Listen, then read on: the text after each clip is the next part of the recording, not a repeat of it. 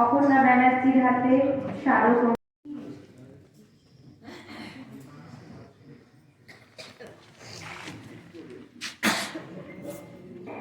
এবার গীতাদি আর মানসীকে ডেকে নিচ্ছি।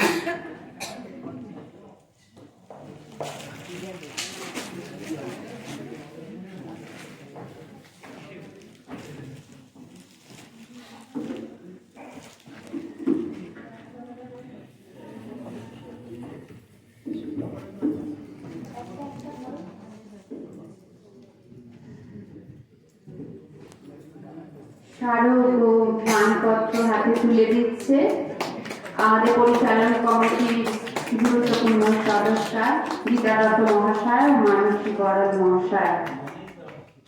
অপর্ণা ব্যানার্জি দিদি ভাইয়ের হাতে।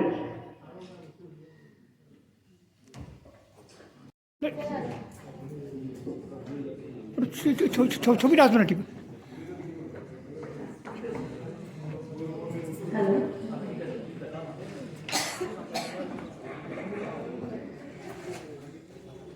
নমস্কার, সকলকে জানাই আমার আন্তরিক শুভেচ্ছা। প্রাঙ্গণ সাহিত্য পত্রিকার এই অনুষ্ঠানে আসতে পেরে আমি খুবই আনন্দিত। আমি এখন একটা শুভ দাবিযুক্ত লেখা কবিতা আমার প্রিয় কবি আমি সেই আবৃত্তি করে শোনাচ্ছি। আমি সেই মেয়ে, বাসে, ট্রেনে, ট্রামে, রাস্তায় যাকে আপনি রোজ দেখেন, যার শাড়ি, কপালে টিপ, কাঁধে দুল, পায়ের গোড়ালি আপনি রোজ দেখেন। আর আরো অনেক কিছু দেখার স্বপ্ন দেখেন। স্বপ্নে যাকে ইচ্ছে মতন দেখেন, আমি সেই মেয়ে।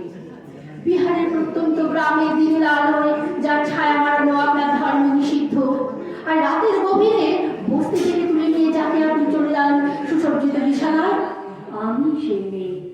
আসামের চা বাগানে চুপড়ি কামিনী বসতে দিকে যাকে আপনি তুলে নিয়ে যেতে চান সাহেবী বাংলোয় মধ্যরাতে ফায়ার প্লেসের ঝলসে ওঠা আলোয় নদীর চোখে দেখতে চান যার নিরঞ্জিত শরীর, আমি সেই মেয়ে।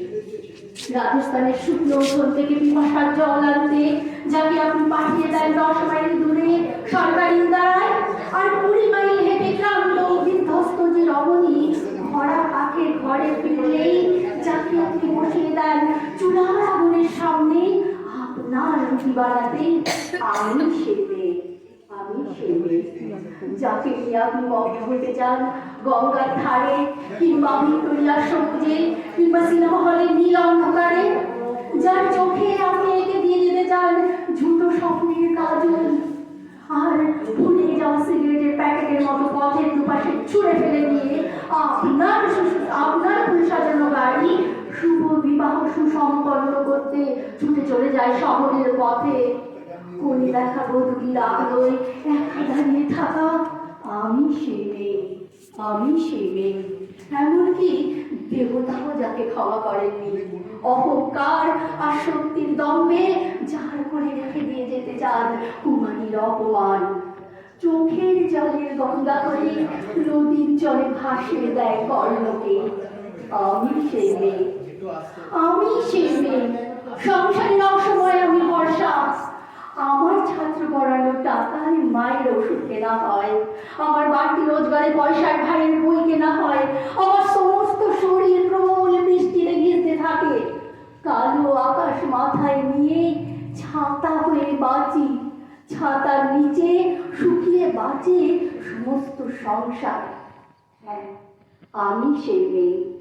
আমি সেই মেয়ে। একদিন হয়তো বা অন্য কোনো একদিন আমার সমস্ত মুছে ফেলে দিয়ে আমি শুয়ে উঠবো সেই অসমান না। খোলা চুল মেঘের মতো খোলা থাকবে আমার পিঠ, দু চোখে জ্বলবে ভীষণ আগুন, কপাল থেকে ঢুকে বেরোবে ভয়ঙ্কর তেজের রশ্মি, দু হাতে ঝলসে উঠবে খর্ব, দু পায়ের উপরে বেজে উঠবে রণধুন্দুভি, নৃশংস অট্টহাসিতে ভরে উঠবে আকাশ বাতাস। দেবতারাও ভয়ে স্তম্ভিত হয়ে বলতে থাকবে করণবদনং ঘোরং মুক্তকেশী চতুর্ভুজং কালিকাং দক্ষিণাং মুক্তকেশী চতুর্ভুজং। অসংখ্য ধাবনের মধ্য দিয়ে আমি এগোতে থাকবো। আমার এগিয়ে যাওয়ার পথের দুপাশে অসংখ্য মূল্যহীন দেহ ছটফট করতে থাকবে। সভ্যতার দেহ, প্রগতির দেহ, উন্নতির দেহ, সমাজের দেহ। হয়তো হয়তো আমি সেই মেয়ে, একদিন হয়তোবা হয়তোবা।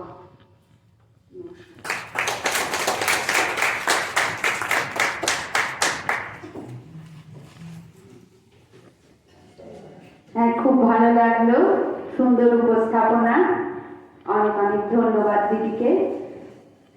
এবার আমি দেখে নিচ্ছি ময়ূরপঙ্খী পত্রিকা থেকে কর্ণধার শিবব্রত মৈত্র এবং সহ সম্পাদক শিবশঙ্কর বক্সী এবং যুগ্ম সম্পাদক সুমাল্য মৈত্রকে মঞ্চে আসার জন্য আহ্বান জানাচ্ছি। ব্রাহ্মণ সাহিত্য পত্রিকা